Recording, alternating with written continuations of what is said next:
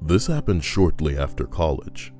My mom is a retired disabled woman who now owns her own house on a quiet residential cul-de-sac.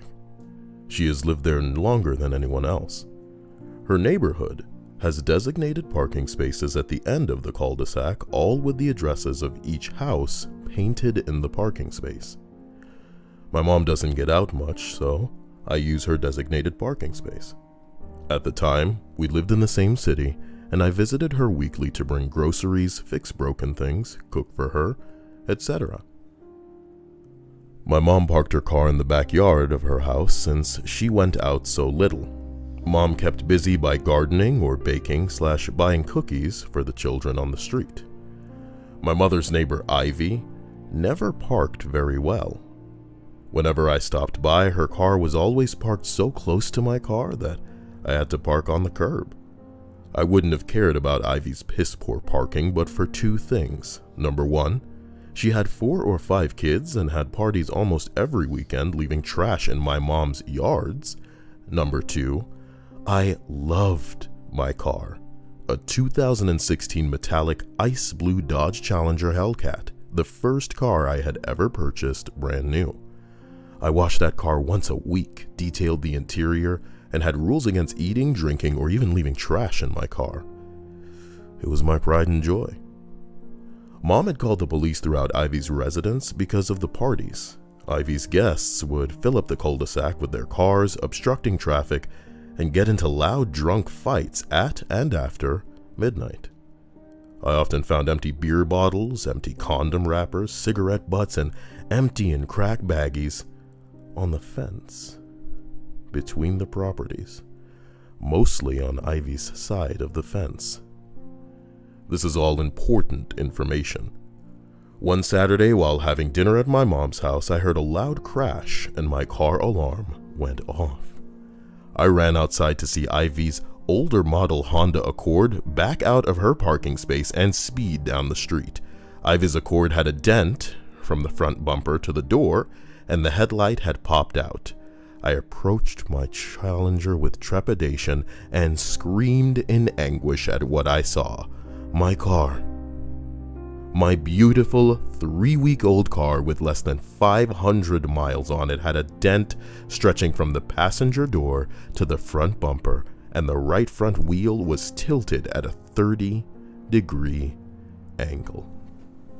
I was livid and in anguish as I called the police, filed an online claim with my insurance, and arranged for a tow truck to take my damaged car to the dealership. The estimate cost of the repairs came up to $3,400.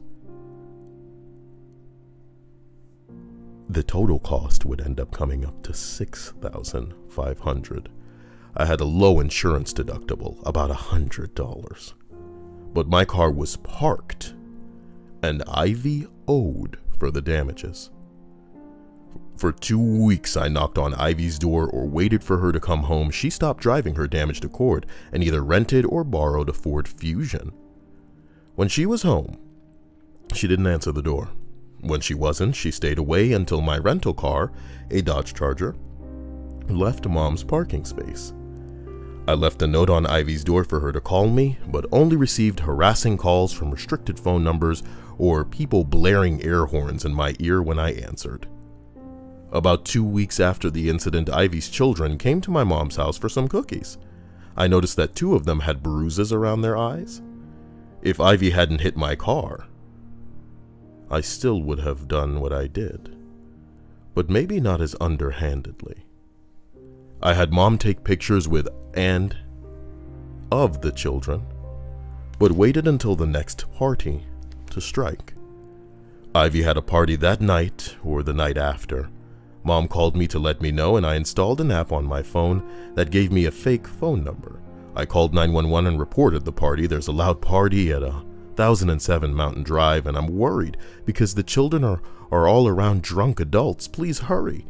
Mom called to let me know that the police had arrived. I drove to her house, stopping by a grocery store first, so I appeared to be going to my mother's house for that reason, and saw Ivy and her boyfriend Bane already sitting in the back of a squad car. From a news broadcast that night, I found out that Bain had warrants out for his arrest.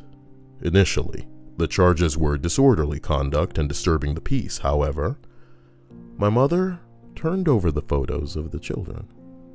Anonymously, of course, mailing them through the post office with Ivy's address and the names as the return address. Less than a week later, Ivy and Bain were charged with child abuse, and I think Bain was charged with more severe charges as well for abusing Ivy's daughter. Either way, the children ended up in foster care, and Ivy and Bain ended up in prison. Too long didn't read. My car was hit by such a foul witch. Being a pro, I played a snitch. Her children had bruises, she had no excuses. My plan went well, no hitch.